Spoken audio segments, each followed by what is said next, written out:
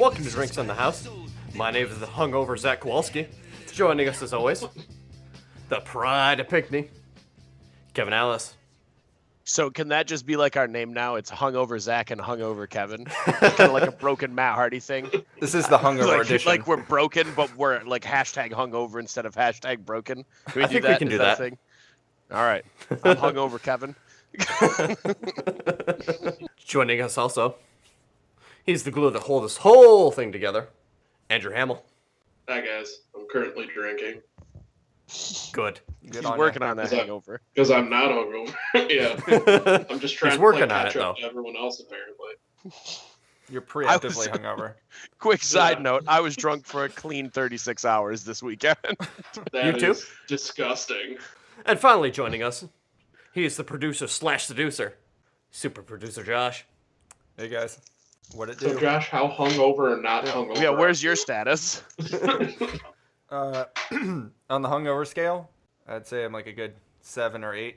Yeah, this is the Hungover cast. Yep. Happy MLK Day, everybody. Oh, This is what MLK dreamed of. A bunch of hungover white guys podcasting. This is it. Yep. All right, Kevin, you want to introduce our first segment? Our first segment, as always, will be our Week in Nerd. I did a lot this weekend. I had and I've been waiting for this since they announced it back in, I think they announced it in November. It was the UK Championship tournament was this weekend.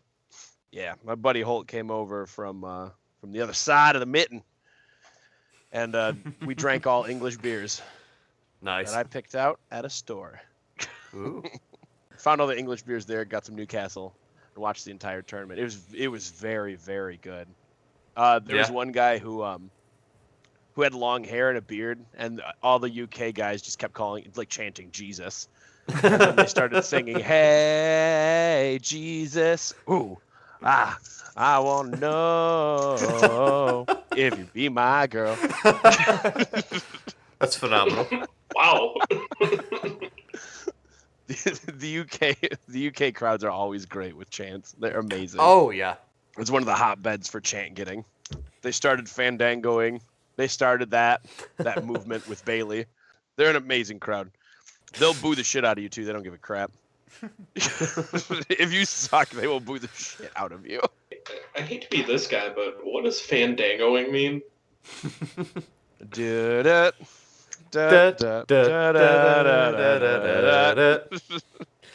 Basically, you sing along with his theme music. Yeah, of a wrestler named Fandango. Yeah. Okay. It kind of feels like it, like he has like a Neil Cavett or Dick Cavett kind of a talk show. If only. No, he's just a wrestler whose gimmick was that he was like a flamenco dancer. So you're supposed to believe that a professional wrestler was once a world-class flamenco dancer? Yes, he beat Jericho at WrestleMania. Yeah, he And owns his a debut. victory over Chris Jericho at WrestleMania. Yep. All right. So at one point, WWE was crazy enough to look at him and say, "Yeah, this gimmick could work for a mid-title." Get that fucking dancer guy. We'll get we'll do it. Make your money, shoot your shot. But I mean, You're gonna be a dancer. It's never gonna be long. Yeah, you can just imagine. Oh, just imagine how much money we can make with him dancing down to the ring. Oh, the money. We'll pair him with Finally that get that one flamenco woman who isn't out. doing anything. Make her look sexy too. Wrestlers love sex. All right, kid. You're gonna be a dancer. Dancer for money.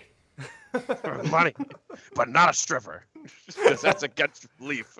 But put that woman in a stripper-esque outfit. And that child was Billy Elliot, and he did grow up to be in the ballet.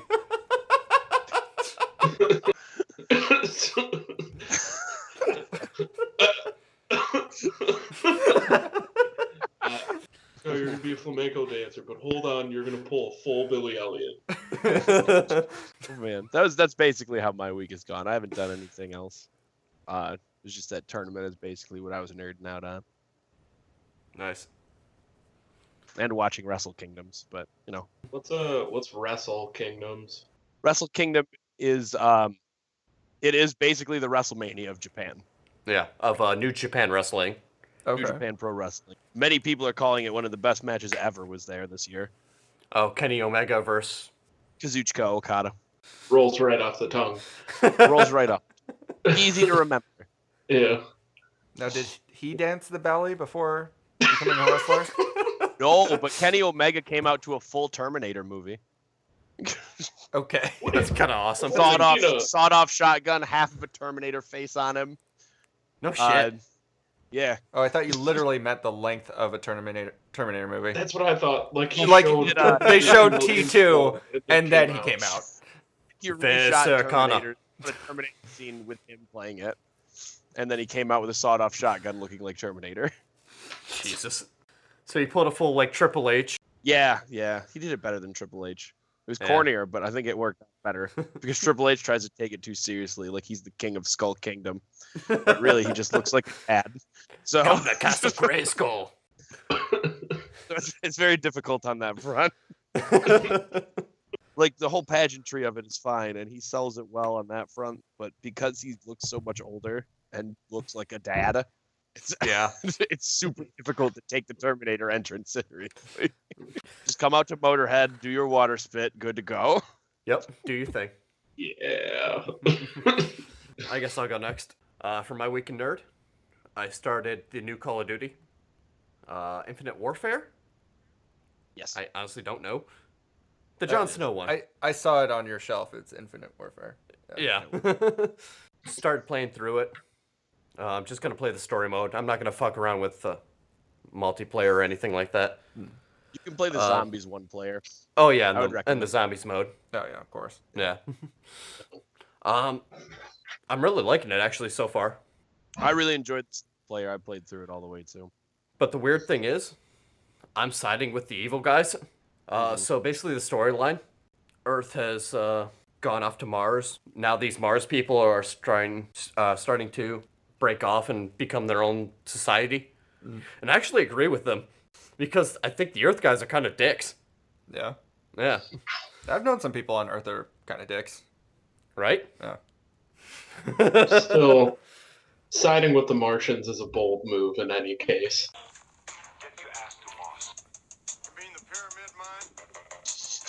What is happening right now? Wait for the bass drop.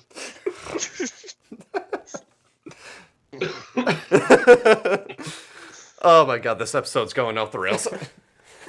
Amazing. That's what makes it amazing.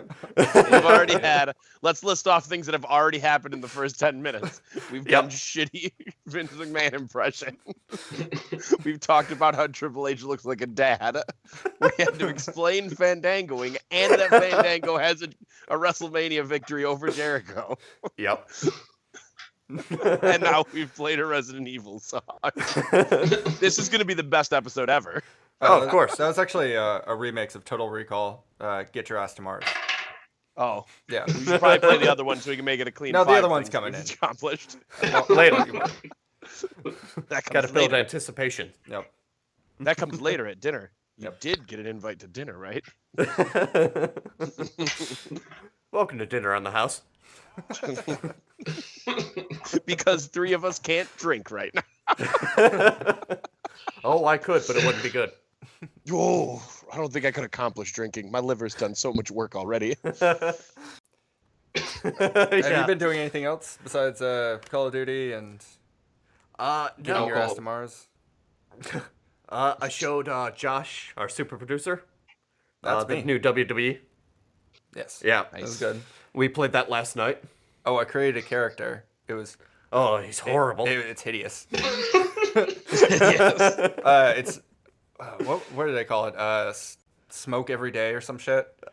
And he had like a patch of hair on his chest in the shape of a star. I think he's got like fancy. giant Keith Richards hair. It's like blonde. No, it's like Ozzy from the 80s. Oh, okay, yeah, that's better. Yeah. Oh, Yeah, it's like Aussie hair from the 80s. He's got a huge like Wayne Static beard. Wayne Static. oh god. He's got Kiss makeup. He's got black lipstick. The HBK tights from the 80s. Yeah. Or, sorry, early 90s. Yeah. And then like you could designate what kind of signs are in the audience when you come out to fight with your character. And like every one of my signs is like some John Cena looking guy flexing on a poster that just says like, "I'm here to play the game" or some shit like that. That's Triple H. It's Triple H. Yeah. Okay. Time to play the game. Yeah. Okay. There you go. Yeah. Yeah. No, he's awful. I had so much fun with that game though. So yeah, we had a fucking fun with that. Yeah, I had a couple backstage matches. Had a cage match. Had a Extreme Rules match. Yeah, he put me through a fucking flaming table. Yeah, well, you lit it on fire. I didn't think it'd come back to bite me.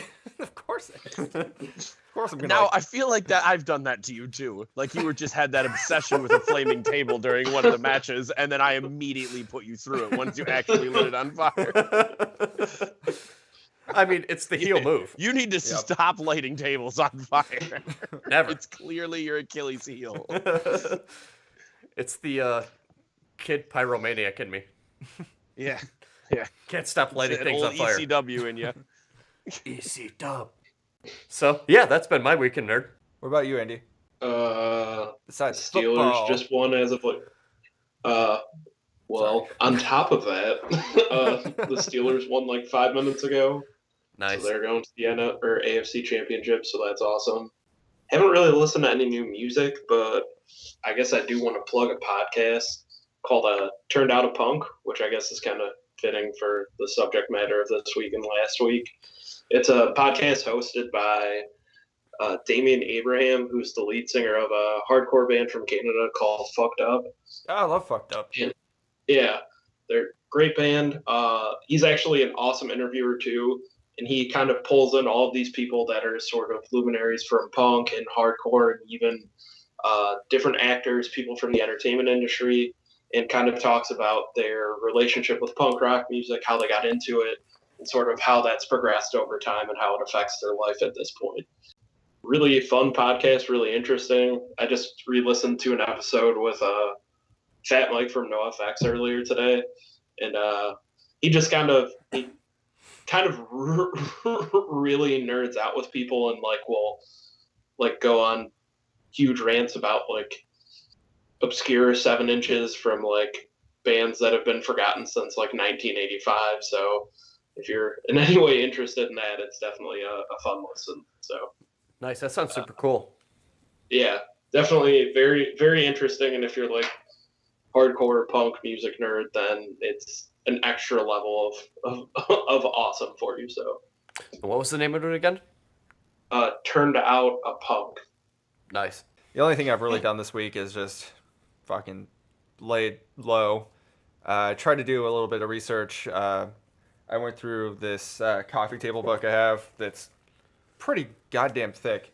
It's called Punk 365, and it's just got snippets of bands from different eras. They have, all the proto-punk stuff and all the East Coast, West Coast stuff, and how punk kind of went, from the States across over to England and back, and everyone kind of influenced each other. And it's got some great photographs. Can't remember a lot of the photographers in particular, but there are some notable ones in there. And it's also got a pretty unedited forward by Richard Hell, who I really kind of feel like is just almost like a spiritual successor to William Burroughs in his approach to living and lifestyle, and He's a wholly unstable human being. Yeah, no, it's kind of almost disappointing to read. I love so much media, and then sometimes I read about a person or I hear an interview and I'm just like, wow, I don't like this person, and it kind of affects my attitude towards music or media and what it means to me. Sort of skews it a little bit. I think you mentioned last week how television just kind of went into obscurity, whereas everyone else was listening to all these other bands, and they started a bunch of bands, and I feel like, Richard Hell and Johnny Thunders, and they just kind of came and they went and they did their own thing, and sure, it was influential, but I didn't see too much direct influence. Whereas you hear some bands are okay, this clearly, inspired by the look and sound of the Sex Pistols or the Velvets or the Ramones, Well, I was gonna say, I feel like the Sex Pistols, like, they almost got like lucky, like because they were such unmanageable fuck ups, kind of like Richard Hell and all those other guys sort of were. Um, but they somehow managed to catch on, where those other guys kind of did just dwindle. And while there's like a pocket of people that remember them and kind of point them out as influential now, they never really caught on in the same way. So it always kind of, the Sex Pistols thing to me is still kind of boggles my mind that they were able to kind of gain any popularity or influence. Definitely. They were there for like a minute and then they were gone. And they just made such a direct impact like on everyone around that scene. It's kind of crazy. A lot of these bands, I think there was like a little excerpt about David Byrne from Talking Heads and him talking about, his band that he started. And he's just like, well, I didn't really expect people to listen to us for at least, 4 or 5 years. And it caught on in 2 because the explosion of punk and people surrounding that and everyone starting their own bands. And so, yeah, it is kind of ridiculous that those people, like the Sex Pistols, influenced anyone, but they were put together, like, artificially. They kicked out their old bassist and put in Sid Vicious, and they were the corporate punk band. Yeah, they were like the punk version of the Monkees. So. Yeah. Yeah. I guess they did play their own instruments, though, for their records. Yeah. Give them that. Wrote their songs and played their record. Or played their songs. Besides trying to research punk rock, been hungover and playing Resident Evil 4 all day, and I found a really great remix online of The Merchant. And if anyone has ever played this game, you'll probably like this. Not enough cash. Not enough cash. Not enough cash. The moral of the story is always have enough cash. Yeah. What are you selling? I'll buy it at a high price. That's it. And I think I was mentioning it earlier that I kind of almost find that like just barely relevant to our episode because punks do not have enough cash. Yeah. If you try hard enough, you can just bring everything in. Yeah. Just connect those dots. Yep. So what are you buying? So where do we go from here? We don't have enough cash. Not enough cash. All right. Well, God damn it. Yeah. You guys want to roll out some topics? How about we roll out some tapas? Oh shit. Yeah. Shit just got real. Fucking talking about tapas. I know, right? That's the Classy and That's shit. the- It's the opposite of me. That's the biggest, littlest dish to me. Yep. It's like the Big Little Planet of dishes. Yeah. We talking tapas? That's gonna be a new podcast. Talkin Tapas. Talking tapas. Yep. I imagine someone who's saying that, like as you said that, I imagine someone like scratching their arm. Are we talking about tapas? Podcast talking about tapas. Welcome to Talkin Tapas. Can we talk about tapas in 1976 for a little bit? Because tapas were like so much different back then. No, They were real. you know what? I They bet were the real Sex back then, Pistols yeah. ain't tapas. Yeah. See, now it's a punk episode. What was the tapas scene like in the Lower East Side of New York? I'm sure it was grimy and filled with self-hate. All right. Sorry, I gotta stop this. All right. Smart. New, idea for pop punk tapas band. Tapas Back Sunday. Oh yeah. It's a winner. Newfound tapas. And you will know us by the Trail of Tapas.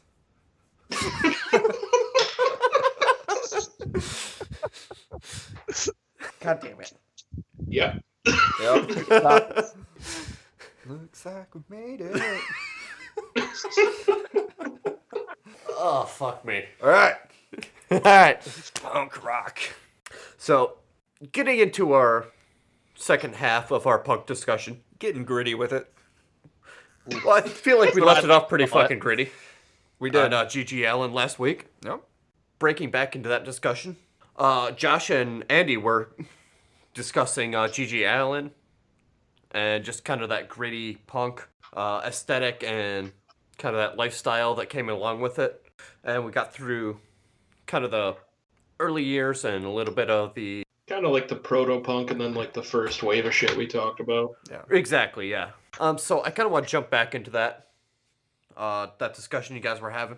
Yeah, so we kind of talked about last time that kind of like the proto stuff was, you had sort of the Stooges and the MC5 out in Detroit, and I guess kind of a new band that people like to talk about. That was actually an all black proto-punk band from out here in Detroit called Death, not to be confused with the equally awesome death metal band from the 80s and 90s. Yep. But then over in New York, you then had sort of the Velvet Underground that had sort of that lo-fi indie rock aesthetic that a lot of people kind of drew influence from. And then also David Bowie is always looked on as sort of like a large influence. And then you also see bands that were sort of just barely outside of that first wave of like CBGB bands in New York, which mainly like New York Dolls, which a lot of people sort of stole, kind of saw a bit of that kind of that punk rock aesthetic that they would take from. Then also their aesthetic, at least towards the end of their career in the 70s, was designed or highly influenced by Malcolm McLaren, who then went on to manage and essentially kind of help piece together the Sex Pistols one by one. So then you see over in New York, you have kind of that what's considered like the first wave of punk music in New York. That's kind of a whole slew of different bands from different genres, but kind of get kind of shaped under that umbrella of punk. And that sort of, you got your bigger bands like Blondie, Talking Heads, the Ramones, and then you also have some smaller bands in there. And then over across the sea in England, you see a little bit of an explosion themselves, kind of following the U.S.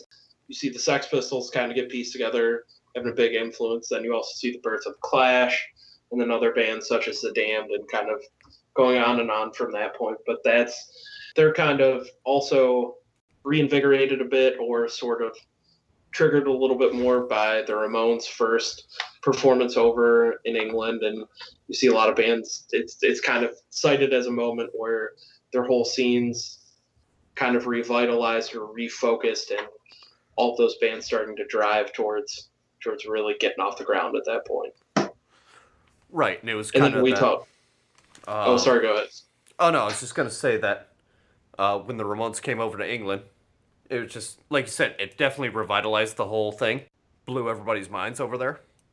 Yeah, and which is kind of weird, because outside of the little kind of sort of insular bubble that they were living in inside of New York, they really weren't catching on in America at that point, but then they went overseas, and then it was kind of just like this explosion of minds over there, particularly from the kind of little punk scene that was starting to blow up. Mm. Yeah, nobody liked them in the States at all. Nobody got it. I mean, reasonably so a bit. I can understand how they would be like, kind of in the 70s, the era of kind of the big bombastic, like, rock and roll scene that there was. Yeah, and then even like the kind of popularity of kind of those bigger prog rock bands like Rush and things at that point in time. You kind of see this group of like four dirty, weird fucking guys playing these 3-minute songs. Fucking fast and dirty. Yeah. Yeah, very simplistic.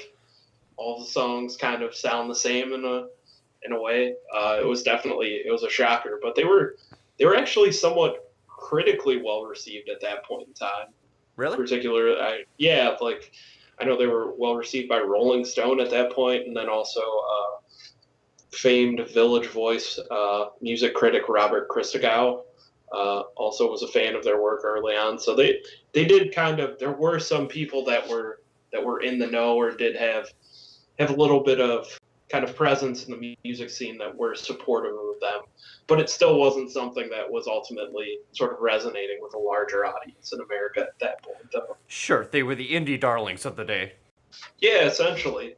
Even though it is kind of weird when kind of thinking about it that they were kind of a very influential and independent culture, but most of like the, I guess, bigger bands or luminaries that came out of like that CBGB scene, and then also over in England, like the Sex Pistols and the Clash, all of them were were on major labels at that point in time, and a lot of them were actually selling really well as far as record sales even went back in that day.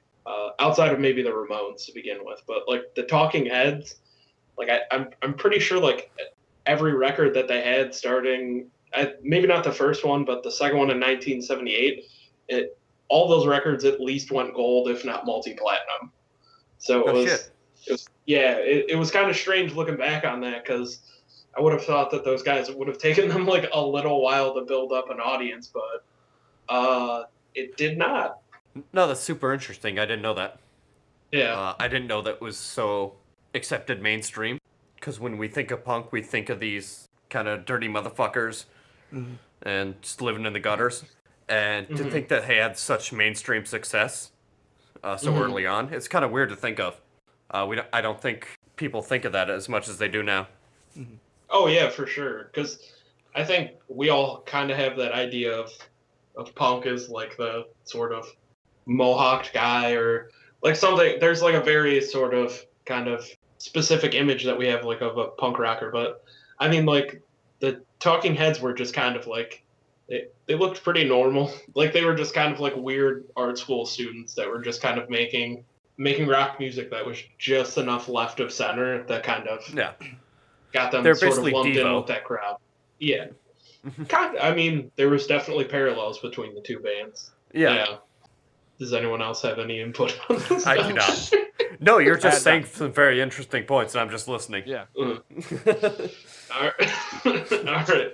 That was sort of, that first wave was where we sort of stopped last time. So I guess kind of moving into the later 70s and then into the 80s, you kind of see further emergence of, you kind of see a greater level of success for those other bands starting to kind of build up. But then you also see like kind of the Sex Pistols, who were a huge forerunner on that scene, completely disappearing. But then you also see kind of proto-crust bands or peace punk bands over in England start. So you see Crass, who were kind of incredibly famous and incredibly influential on that whole scene, start up.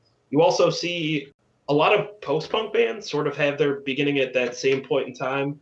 I know it's generally thought of as that, as it being post-punk is sort of like these bands that immediately follow sort of that first wave or maybe even second wave of punk bands over in England particularly, but kind of at the same time as these bands are, the first wave of punk bands are rising in popularity, you have bands like The Cure in particular, and then also Joy Division sort of getting their start at that point in time and starting to take shape right then. So, and then also kind of back in America, you start to see the emergence of that first wave of American hardcore bands sort of all across the country start to kind of take fire at that point. So you kind of have like the West Coast bands, you have I like Black Flag. Yeah, most notably Black Flag, but also Dead Kennedys, Suicidal Tendencies, a lot of those bands at that point. Then over in DC, you sort of have, you have Bad Brains, and then you also have a young Henry. I think Bad Religion was a California band too. Yeah. Oh, you're right. Yeah. I think Sorry. they were, yeah. This is a Minor So Threat. you have, Minor Threat, and then also with Minor Threat, you have Ian MacKaye and then Jeff Nelson, who start the Discord record label, which is hugely influential in that scene. You also have a young Henry Rollins kind of coming up in that scene, running a band called, I believe it was SOA. That was the band that he was in before he went and joined Black Flag after their first tour. They made their way through their first 2 or 3 lead singers, most notably Keith Morris, who then goes on to form the Circle Jerks, another seminal kind of LA punk band. And then sort of all across like the Midwest and the East Coast, you kind of see small scenes. In Jersey, you have the Misfits. In Detroit, you have Negative Approach, Necros. And then even in Minnesota, you have Husker Du, and then the Replacements, who kind of go on to morph into something way outside of the hardcore scene and become kind of a really influential band on really kind of the past like 2 decades of indie rock in general. Kind of all that is starting to take seed and then gain a little bit of traction all across the country at that point. Well, it's super interesting. If you look at kind of all the scenes, they kind of stay in the same areas. Yeah, it's cool looking back through history. It's cool looking back through history on that front because the hotbeds are still like there. Yeah. Like, Jersey is absolutely still a punk scene. Yeah, you got California's huge on it. Yeah, you got New York, you got LA, you got Detroit. Yeah. A little bit in Seattle later, but that was more in the 90s. A little bit of Chicago too. A little bit of Chicago, yeah. But it's just kind of interesting, going back to our part 1 episode, of just these are the same places that the movement kind of took place and kind of gained ground, and nothing really changed. It's just kind of interesting to look at. What kind of helps foster that is a lot of these guys, it's not even that they're just sort of starting bands. It's that they're in kind of that true DIY spirit. They're finding ways to help support the scene. So whether it's kind of finding venues, running venues, helping book shows kind of to help grow local scenes further. But then you also have, I mean, kind of just within that pocket of bands that we were just talking about, you then have 3 of kind of the biggest indie or kind of like punk influenced labels coming out of that. So you have Jeff, as we were sort of talking about, Jeff and Ian starting Discord out in Washington. Then you have, Brett Gurwitz starting Epitaph out in California, kind of coinciding with the beginning of Bad Religion. And then you have Greg Ginn as well, starting SST Records at that point in time, who kind of help release a lot of people that, or release albums by a lot of people that kind of spring all across genres and kind of maybe in that larger umbrella of punk, like ends up releasing albums by like Dinosaur Jr., Sonic Youth, Husker Du, who we talked about earlier. So the Butthole Surfers. Butthole Surfers as well, yeah. Which is one of my favorite band names ever. It might be the greatest. It might be.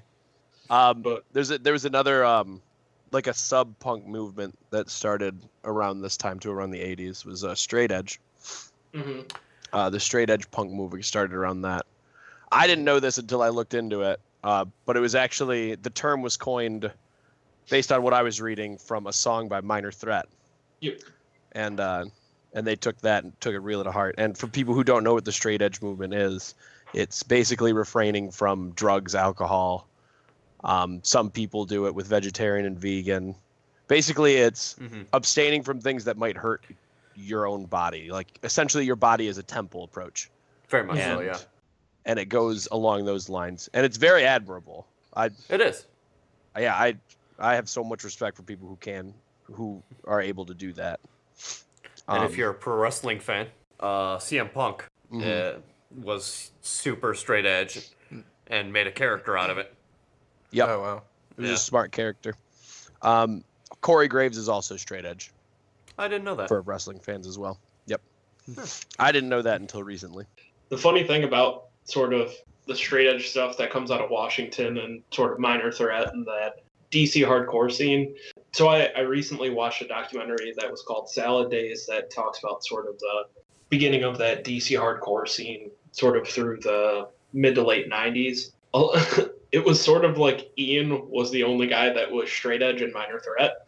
It kind of sounded like they did an interview with Jeff Nelson where he was talking about like, yeah, Ian wrote the lyrics and sang songs, but he's like, people would have talked to me. It was like, yeah, like I smoke a joint from time to time and I kind of enjoy it. And kind of the straight edge thing really grew beyond what was sort of in Ian Mackay's mind. Like he's told a story about how he was on tour with another band. He arrives at a show and he has a bottle of Coke in his hand. Some like 15-year-old kid comes up to him and then he's like, why are you drinking Coke? That's got caffeine in it. You're not straight edge. And he's just like, fuck you. He's like, I invented this. Like, you can't tell me what it is, like, kind of thing. So it's sort of, it kind of grew beyond this thing where it was almost just like a personal philosophy for himself that exploded into this whole movement that was really kind of pushed forward by like the later 80s hardcore scene that you've seen with like the Youth Crew guys, and then you see even going into the 90s with like a lot of the vegan straight edge people and like the hardline people who are just truly off the reservation, like fucking nut jobs who are just real insane, which kind of mixes the whole straight edge and vegan philosophy with like a heavy dose of homophobia. What kind of starts as like a well-meaning personal philosophy or just someone sort of sharing sort of what they see in themselves as like a positive thing through hardcore kind of ends up getting like perverted into kind of like these weird directions that like someone like personally Ian MacKay wouldn't go to like where like the hardline hardcore stuff went. And ultimately, like even in like the 90s hardcore thing, it becomes like a reason to commit like acts of abject violence, like basically. Well, good movements always get co-opted by assholes. Yeah, like as a lot of movements do, but like the straight edge thing became like weirdly broy, and I feel like still kind of is. A lot of people who go behind those movements as well are very well intentioned, but come off as dickish. I think. Yeah, that's just in the sense that like they believe so strongly in this, but then they almost push it on other people. Yeah, where you become a prick about it. Right, and you become a dick about it. Like, I understand you're choosing this for yourself. Very admirable. It's not going to be from everyone. It's not for me. But don't judge me on this shit. But don't judge me. No, and I totally, I in no way object with it as sort of a personal lifestyle choice or anything like that. It's more so when like you're beating the shit out of like a 15-year-old kid at a hardcore show because he's smoking a cigarette outside. Right. Yeah, and like kind of fuck you. Like I don't. Yeah, like like I don't give a shit about your healthy lifestyle at that point. Yeah. Well, and like you said, kind of that homophobia thing. I guess the way I'm thinking about it is like certain punk movements, they kind of wall themselves off from everybody else, and it's very much a us versus them type of mentality, which used to be a good thing, because when punk first started out, it was like, fuck you, let's do our own thing. But now it's kind of evolved into some weird... No, it becomes as like a way for like outcasts to turn other people into outcasts. Like it becomes like an oddly elitist sort of thing. Yeah, elitist, that's a good word for it. Yeah. It's where essentially that sense that they think they're better than you. Oh yeah. And that's a huge problem with a lot of things, with a lot of people's views. Like just because you have a view and you view it to be righteous doesn't make it so technically. That's why you should listen to Minor Threat Records and not Earth Crisis Records. If some dick in a bandana is yelling at you about veganism, avoid it. Yeah. So what we're in the mid '80s now, right? Where NoFX and Offspring get formed. Yeah, they were just little pop punk babies back then. Yeah. Oh, babies. That sounds adorable. Yeah. Like a Nicktoons show from the 90s. Yeah. Little pop punk babies. And Green Day was formed in the mid '80s too. Mm-hmm. You kind of see what become the face of of punk rocker to like the larger American population, to the chagrin of a lot of people that are sort of in that scene at that point in time. Even though like, I mean, it's not like those guys just sort of came out of nowhere or weren't necessarily like a part of those scenes either. Like Green Day was on Lookout Records, which obviously released like Screeching Weasel Records, and probably most famously like the Operation Ivy Records, all that shit. Offspring were on Epitaph for a while. Yeah, they were. Epitaph is a weird label through its history, because it started off as very much a punk label, but now it's almost evolved more into like a metalcore, hardcore, like real hardcore label. Yeah, they're branching out in a lot of different directions. Yeah. I know they signed so many like different sounds, and they have a lot of like sister labels or sort of things like that put out a lot of like interesting weird shit. Like I know they're attached to like Anti Records, which puts out like Locust Records, and they put out the last Deaf Heaven record. A lot of weird shit like that. So it's kind of a lot of the directions that they branch off into are really cool, I think. Yeah, I think it's smart to diversify your sound for a label so that you don't get pigeonholed into something. Yeah, it's very smart. Like they have, I'm looking at their current artists right now that they have on the label, and like This Wildlife is an acoustic band, very good. Sleeping with Sirens is on the record or on the label.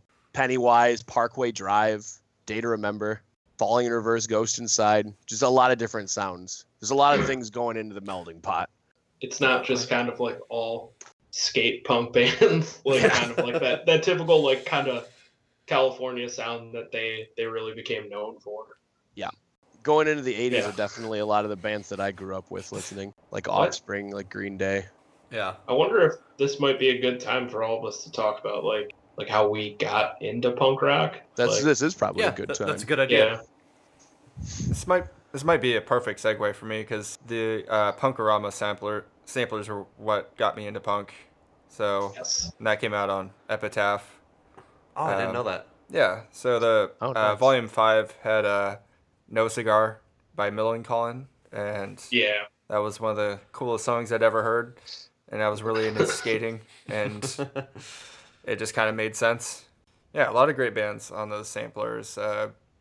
I heard some of their earlier ones and found out like they put out a lot of like Descendant singles, and that was another great band I really got into. Still hang on to them quite a bit. I heard some pretty terrible bands. I think I've always hated Pennywise, except their cover of "We're Desperate" by X, who are one of my favorite bands. So it's kind of by default. I do love that song. So a lot of kind of California skate punk stuff was on some of their earlier samplers, and yeah, that got me into it. Kind of in the same way. Like I got into punk through skating, specifically the Tony Hawk games. Oh yeah, like it's like the most white boy suburban thing ever, but like this is how I got into punk. Yeah. Like I found the Ramones and X and all these great bands. For a long time, Tony Hawk, they asked their actual skaters for like song inputs and things. That's cool. Yeah, it's pretty cool. So it's like you got people in the scene. It's kind of funny to think about like Tony Hawk behind this like huge corporate desk, like twiddling his fingers. He's like, "What are the fucking kids like these days? What are the kids like?" Tony Hawk, what are you gonna put on your new skateboard game? I'll fucking tell you. Let me tell you. Just slide a paper across the desk. Opens like an empty box of pizza and just has like a list of pop punk names. But yeah, definitely through the skating scene. Yep. Like we mentioned earlier, like the skate punk, that's how I got into a punk. That's how I found CKY and the Ramones. Mm-hmm. All those. How'd you guys become punkers? From there. I think mine started in the Tony Hawk games, but it was a lot of radio listening. So I heard a lot of Blink-182 while I was growing up. Loved them. I'm huge on the pop punk scene. I love pop punk. I was very happy with that movement in the end. So bands like Offspring, bands like older Green Day, bands like Blink-182, Sum 41, New Found Glory. All those bands were really what got me into it. And the Tony Hawk games introduced me to a lot of the more like hardcore of the punk, which was like MXPX, NoFX, stuff like that. Yeah, totally. And then two of my favorite bands are actually ska bands. That's Less Than Jake and Real Big Fish. And I love Real Big Fish. I love Real Big Fish. I've seen it in concert so many times. Really? I didn't know they were still touring. Oh yeah. Oh yeah. So is Less Than Jake. No. Both very good. But yeah, I really like ska, and that's just a branch of punk. It's in that umbrella as well. Basically, just has trombones. Punk with some That's horns. the difference. Yep. Ska is essentially the amalgamation of punk rock and big band. You're not wrong. Yep. Uh-huh. But yeah, that's definitely how I got my start. Mine was like a weird combination of the band Newfound Glory, Alternative Press, the magazine, and then kind of piggybacking off Zach, Tony Hawk Pro Skater 4, or Tony Hawk Pro Skater 3, actually. Oh yeah, 3. Yeah, I had like a cousin when I was like in 4th or 5th grade kind of just tell me, oh, go listen to this band, and kind of gave me a Newfound Glory song to download. And then I got real into that band, so I got, like Kevin, super into like all the pop punk stuff. But then I found out that like the guitar player for Newfound Glory was the lead singer of this hardcore band called Shai Hulud, which he fronted when he was like 14 and was like doing national tours. They were signed on to Revelation Records, who were kind of like this really seminal New York hardcore label. So they released like all of like the Youth of Today, Gorilla Biscuits, all sort of like those NYHC bands. So I ended up kind of finding them through Newfound Glory, and then Alternative Press. I kind of they're probably like a much more maligned magazine at this point in time, but Yeah. sort But of you were back in big in AP at when we were kids. yeah, Because I absolutely. remember you gave me a few Yeah. fucking magazines of that. Did you ever read Punk Planet? I did not read Punk Planet. No, we weren't cool enough. Okay. No, we were not. AP was the coolest magazine I could find at a Borders at that point in time. Yeah, so no. I agree. I thought you were fucking Gravitated hardcore towards because it. you had AP. Oh yeah, Punk Planet was not cool. Yeah. Yeah. Well, you'd go at that point in time, you'd like go read an issue of AP, and then it would be like, I would buy it because Rancid was on the cover.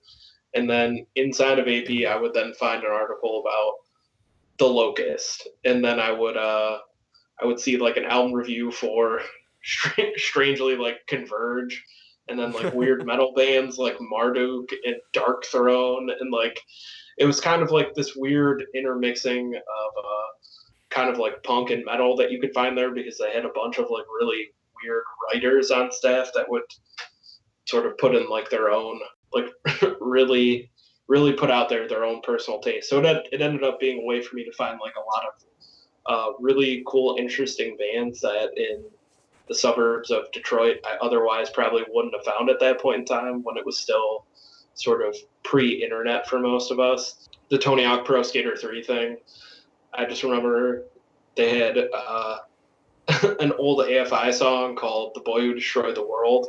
Oh, I love that fucking song. Yeah, and then I pretty much immediately went out and bought the All Hallows EP, and then just sort of fell in love with sort of like that melodic hardcore sound even more at that point. And then it just kind of, anywhere I would see them or any bands that they would say that they would like I would just go out and buy records or download shit. So it kind of, all of those three things together just kind of sent me plummeting into the hole that I'm currently am as far as the music I like. What kind of music did you like before punk?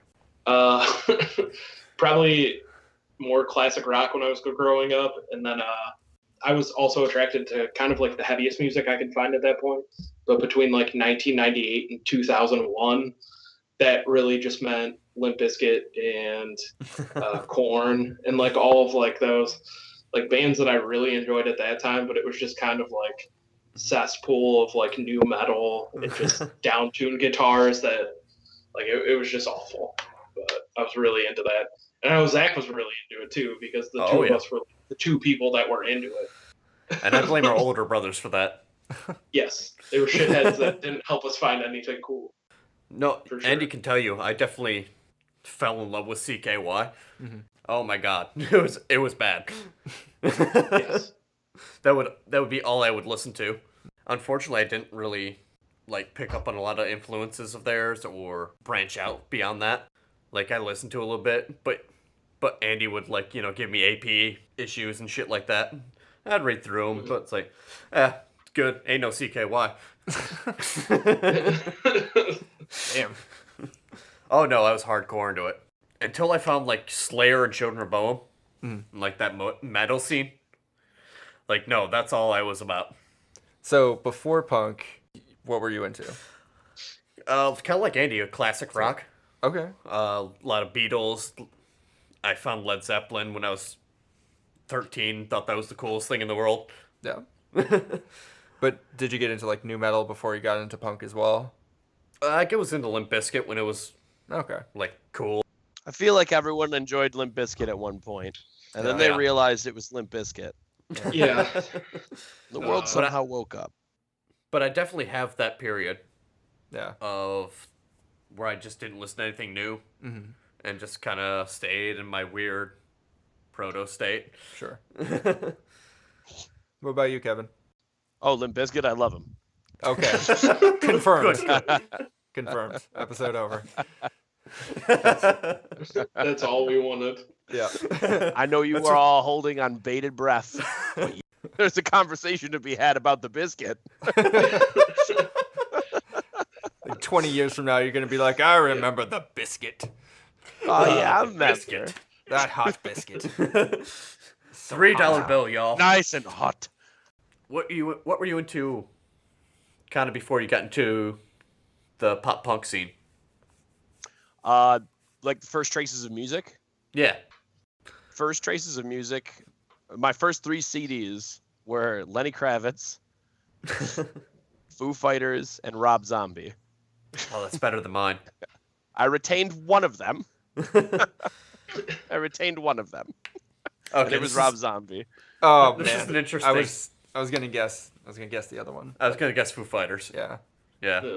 It was No, but Zombie. this is I an love interesting Zombie. question. What were your first 3 CDs? Interesting question. My very first CD was the Space Jam soundtrack. Also, I don't have that. I wish I did, but luckily I have Space Jam just sitting on my shelf, so it's not a That's problem. helpful. My second CD, I got 2 copies of it because I was so jazzed about it growing up. Was the Men in Black soundtrack. oh yeah. Oh, Yep. Oh, you and I share a. Yep. oh yeah, I remember. And then the third one's a little sketchy. I don't remember if it's between 2, but the third one I always count as my first rock CD. I had tapes before this, so it's not like this is the first good piece of physical media I've ever owned. Nothing like that. But I still own it, and that's Third Eye Blind's self-titled album. Okay. I still really, really love that album. It's not bad, honestly. It's nothing to be ashamed of. You're talking to someone who's extremely biased and has nothing but... Well, that's all right. If we started a conversation about Zombie, I'd be in the same boat. So but it's between that and not Black Street. No, it was Black Street. Was it? Black Street. Yeah. Yeah. No diggity. No I thought you were diggity. gonna say Frank Black, and you were gonna be the coolest fucking kid in the world. Oh, no. I mean, I borrowed my mom's CDs all the time. Like, she had Mhm. a crazy array of music tastes. Like, she liked Talking Heads and Television and Blondie, but then she also liked, like, Busta Rhymes, Janet Jackson. I actually borrowed The Velvet Rope from my mom a few times. That was actually a pretty good album. So, also TLC's Fan Mail and Crazy Sexy Cool. Great Nice. albums. Yeah. No, it didn't exactly shape me as a person as some of the music that we've been It's all talking right. The old about Jock has. Jam tapes didn't shape me as a person either. So Kevin, you're telling me that Whoop, there it is. no, I'm telling you that Inspire Cotton Eye to live a better Joe life. shook me to my core. It shaped me who I am today. Have you ever heard the a cappella version of This Is How We Do It? Oh god. No, but I love Montel Jordan. I do That love will that shake song. you to your core. that will ultimately change who you are as a human being. I think. I just heard a version of All Star by Smash Mouth that's just in the key of C.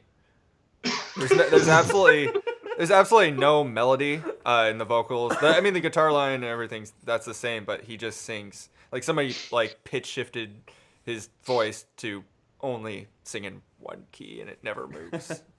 And That person is a saint. Yeah, Yeah. no, Somebody has far too much time on their hands. yeah, no. I've had my share of remixing songs, but I won't go that far. I'm not. You have a soul. Yeah, I have a soul. I don't, but I don't have the equipment. Just hardware holding me back. You know what's hot out here, for him. Just remixing Kid Rock songs. That's the dream, really. If I could one day aspire to be a Kid Rock impersonating wrestler, that would be ideal for Oh me. God. What? As long as I could do it at one show, I feel like my life would be accomplished. Fair enough. I feel like that'd be pretty easy to pull off. Just like a goatee. I think it would too. A wife beater. Wife beater. Fucking ugly Fedora. red hat. Or yeah. Some sort of like Yes. ugly thrift store pimp It's hat. now if it's a fedora, I need a feather in it. Oh, sure. You need Come a out smoking fedora a with cigar. a feather, but the fedora needs to be matching your pair of Adidas sweatpants at the same Oh time. yes, Yep. you are correct. Or snakeskin boots. Or snakeskin. It needs to be apathetic gray. What were your guys' 3 albums? For me, I got mine and Josh's. Yeah. For me, my first CD was the Beastie Boys' "Hello Nasty." Good one. Yep, Awesome. with Intergalactic on it. Nice. It's fucking sweet. I still have that CD. Sitting somewhere in my parents' house. Collecting dust. The second was Big Willie Style. I had that. Oh yeah. That's a great one. That was yep. my 4th CD. uh, And then Nelly's Nellyville, I think. Nice. It was the one before it. Country Grammar. There you go. That's the one where they remixed it for a Cheerios commercial. Oh, They're like, yeah. hey, must be the honey. Yeah. God damn it. Yep. I forgot that was a thing, and now I'm sad. Yeah, he's sponsored by Cheerios, and he no longer sports Yeah. a Band-Aid on his face. He's I mean, we all need a money. ghost. He's But no, I remember. I won't name names. But Andy, do you remember when we were kids? There was somebody name in our names. class that wore a Band-Aid and would just run around shouting, "I'm Nelly." I think this would be a perfect like person to put on your troll toll. Everyone's gonna Yeah. get one per episode. Someone they call All right. out. No, oh, come on, don't rat him out. This is such a bummer. He's not gonna listen to it.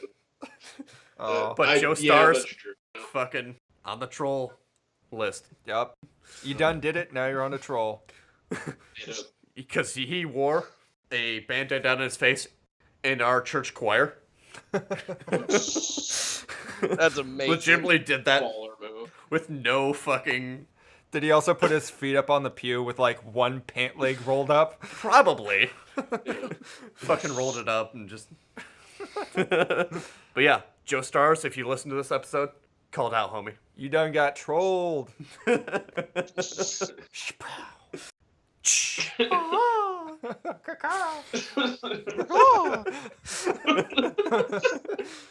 That's the sound of our troll mascot. He's a bird. An eagle in the distance. Brought to you by Drinks on the House. But getting back to our discussion, my third CD. Do you remember those old bad infomercials? Yeah. People can't for- do things, and then there's a solution, and Yep. And my very cheap. third CD was. Yeah. That CD is fucking amazing, yeah. and I still listen to it to this day. But the commercial featured like this black dude, and Is it Billy Blanks? kind of looked like him, Yeah. but he had a big fake afro wig Oh yeah. and like a glittery gold shirt buttoned down to like his belly button. Just fucking, he was doing disco dances and shit That sounds amazing. Like to like Commodores and Brick House and all that shit. And I thought the commercial was so funny as a kid that either my brother or my parents bought me that CD for a Christmas, nice. and I still have it. And the cover is that black guy from the commercial. And he's got fucking big ass aviator and the afro wig, and just doing this fucking. Oh, dude, I know what you're talking about. I remember. Right? I remember that commercial. No, he pretty much looks like Tiger from Tekken. He does, yeah. Oh my god. Yeah, pretty much. But yeah, that was my third CD. Nice. And that shaped me who I am today. Yeah, my first two CDs were actually bought in a pair and were really good. So I had the Beatles, Sgt. Pepper, and then Nirvana's Already way cooler Unplugged. than all of us. Yeah, goddamn it, What? Andy. No, number three is gonna really even the playing field though. Like as far as I remember, I'm pretty sure it was the album Millennium by the Backstreet Boys. I'm pretty okay. sure that was number three. So it almost entirely negates the first two albums. Like, completely. Just four white guys from Florida with like really questionable facial hair dressed completely in white. We're talking about the Beatles, right? Yes. Ringo was from Daytona Beach. First to bring us the goatee. An important discovery. Yeah. But no, Andy, you were the first person to introduce me to the Beatles. You're welcome. I am welcome. I didn't realize I was the first person to do that. No, you were. Yeah. Riding in your car when we were little kids. In Yeah. your mom's minivan. Because we're white kids from the suburbs. It was pretty much the Beatles and Tom Petty, like 24/7 for like the first 3.5 years of my life, and then like a little bit of REM mixed into that. But A little bit. And a little bit of Motown that. because we're from Detroit. Yeah. And that's what played on our classic rock stations. Well, does anyone have anything else to say about punk? Yeah, I feel like we kind of Yeah. went off into a little tangent. That's all right. Yeah. Yeah. Do you guys think like the inside of a Taco Bell is open right now? No. Or is it like The drive-through? inside of a Yeah. Taco Bell. Yeah, well, it's like I'm drunk, so like there's a Taco Bell like 2 blocks down. Fucking Yeah. do Like I it. can't like really just. Call them, or go on.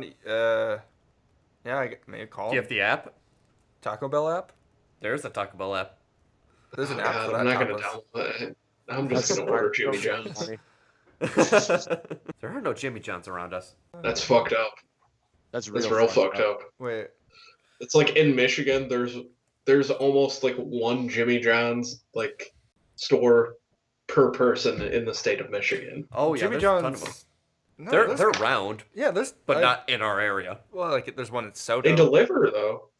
They do, like Yeah. on bike, which would take Oh god. at least like an hour. Well, I think that's gonna do it for our discussion on punk music. We kind of went off in a little tangent at the end, but we can pick up that discussion next week when we do our part 3, which will be delving into the metal scene. And 9/11 conspiracy theories. Dude, Later. Yo, Limp Bizkit did 9/11. Confirmed. Limp Building, Limp Biscuit. Coincidence? You tell me. Rumor has it. Actually, this is kind of like a strangely tangent point. Wes Borland, the guitar player from Limp Bizkit, lives in the same city that I do right now. Oh, I'm sorry. Like very, very close to me. Yes. He's just outside your window with his crazy face paint, holding Face his lights. paint, wearing a monkey suit, Yeah. Yeah. black contacts. I found this kabuki man on my front porch, and it turns out it's the real Wes Borland. Did you start a band with him? It's cool. We're gonna play Frolf later. Wish. Yeah. I'm sorry for that. Oh, please don't be. But next week we're gonna start discussing metal, and we're kind of reset our music discussion, and talk about the pop punk movement, and kind of wrap up our discussion on punk music, and kind of go into the modern era, and then we're gonna reset and go into metal. Have that to look forward to next week. All right, as always, I'm Zach Kowalski. You can find me on Twitter at Zach Kowalski. And follow us on Twitter at Drinks on the Hoos. You can follow me on Twitter at Last Vindicator. Just made the new Drinking Buddies channel. It's drinking_buddies now, and not from Last Vindicator. But if you're still following that, it auto hosts when we go live. You can also follow them on Twitter at Drinkin' Buddies with an A and not an I, where we tweet mostly about going live because I mostly do all my nonsensical tweeting from my own account, so as to not diminish our brand. No, you got a killer channel. Definitely should check it out. We did. We finished up Resident Evil Revelations 2 last Saturday. Or no, last Friday. Last Friday. What are you buying? What are you selling? Nothing, because they didn't put the merchant in that game. I had to. I'm sorry. I'm glad you did. Yep. I'm Josh. You can find me on this podcast, obviously, on YouTube, which you should be following, and such, etc. Yeah, please subscribe to our YouTube channel. You can get the latest episodes. Send us fan mail. Send us fan mail. Send us hate mail. I don't give a fuck. Yeah. Dude, I really enjoyed the hate mail last time. If we could get more hate mail, that was dope. You can address your mail to Drinks on the House. The address is Ground Zero, New York. 1234 Fake Street. You'll find us in the warehouse. You could also, if you can find me, look up Stupid Sexy Josh on YouTube. I play music. I haven't updated it in over a year, but that is my only bit of public, information that I will give you. Right on. Yeah. Hi, I'm Andy.